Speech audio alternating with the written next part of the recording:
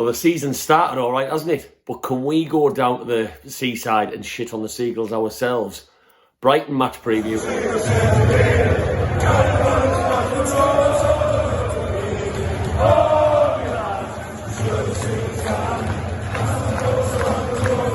Welcome back to the video on the channel, Newcastle fans. If you are new to Black and White Banter, you've maybe just stumbled across us completely random on YouTube, drop us a like.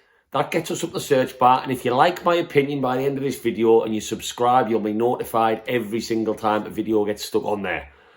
And get us on Facebook, Instagram and Twitter as well. Content on there every single day. Right, so second game of the season. It didn't go too badly against Nottingham Forest last Saturday, did it? Probably the perfect start of the season, you'd probably say, as I said in my last video in the match review.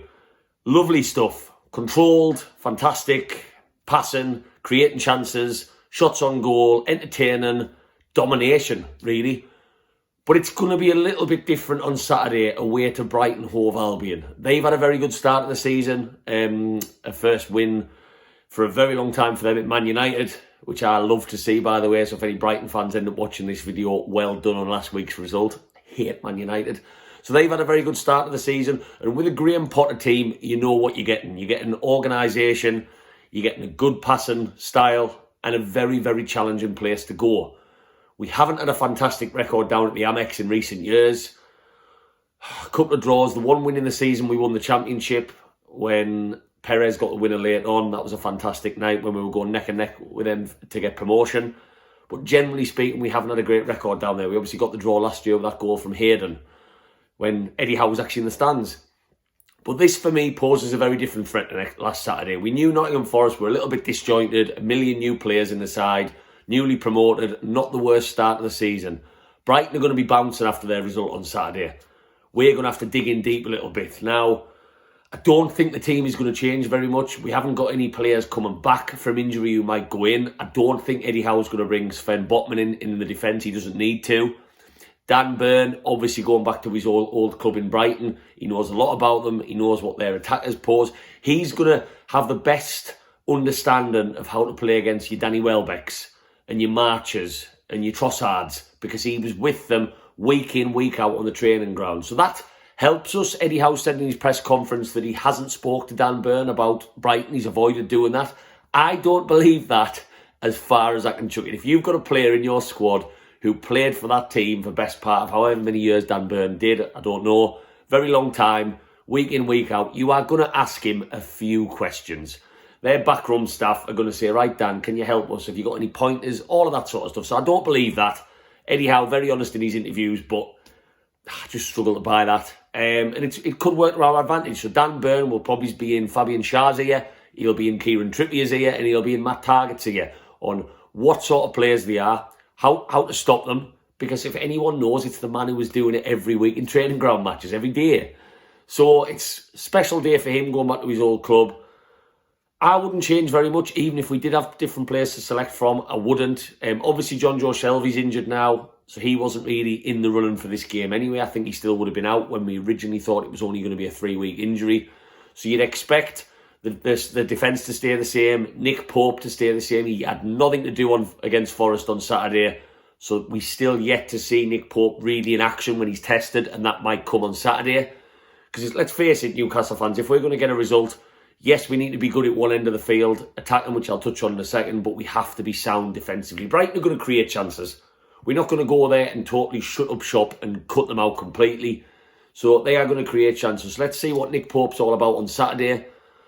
The only concern for me in the midfield as we move a little bit further down the field, and it might be a controversial thing for me to say, St Maximin starting away from home at Brighton concerns me. A lot of Brighton's attacks come down both flanks. They play with attacking wing-backs, so they play 3 centre-backs, 2 wing-backs, and then they normally play Gross, who obviously scored the two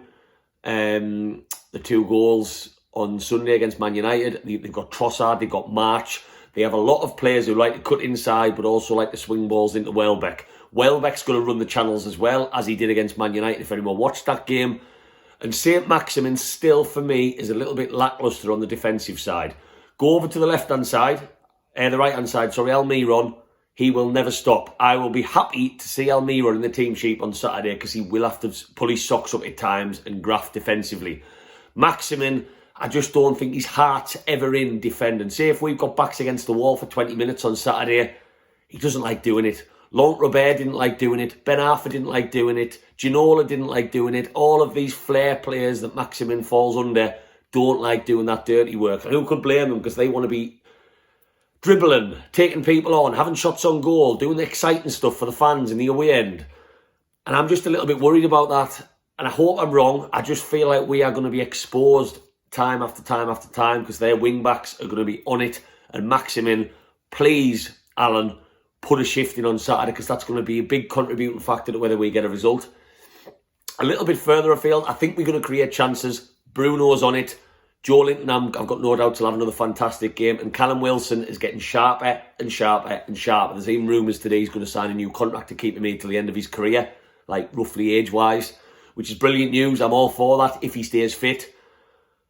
I just got a bit concerned on Saturday that until that Fabian Schär goal went in, we weren't clinical. And we haven't added to those attacking areas yet. Eddie Howe's been very honest today and said, nah, I'm no closer to getting anyone. So away games like Brighton, it's all about taking your chances. Can we on Saturday take the chances when they come our way? Callum Wilson is going to get a chance. I don't think he's going to go the whole game on Saturday without a sniff. Can Maximin step up to the plate a little bit more with his shots, with his assists? Because his shooting stats, goal-wise, aren't great. They really aren't. His dribbling stats, fantastic. His assists across the season, normally quite good for us as well. You'd hope Joey and Bruno are going to keep getting forward. Joe Willock impressed me on Saturday. I thought he put a good shift in. So let's hope he can start contributing how we know he can with the runs into the box. Because goals from midfield, in my opinion, is going to make or break whether we have a really good season or just a steady season. And I think Eddie Howe knows that. And that's why Maddison's been chased. Paqueta, I've said it, still haven't seen much about him in the newspapers or the top journalists mentioning him. But Paqueta, lots of Newcastle fans want him. We still need to add, I would add a winger, a central and a striker if I was being really, really fussy. I think we've got to hope for just two in the next couple of weeks. And I think Eddie Howe is just chilled because he still hopes to get players in. But in these games, when we haven't made them signings, can we be clinical? So I don't expect the team to change. I really don't. Willock, Joey, Bruno, Almiron, Maximin in that midfield. Callum Wilson up top by himself. Defence to stay the same. I'm excited. I'm going down. I've got a ticket. Long old trip. My alarm's going to be going off at 3:45 in the morning tomorrow morning. Wow. It's going to be 30 degrees, so I'm going to be sweating my balls off on the bus. So I'm excited to get down there. First game of the season in the seaside sunshine. Score predictions. Well, let me just get Maggie.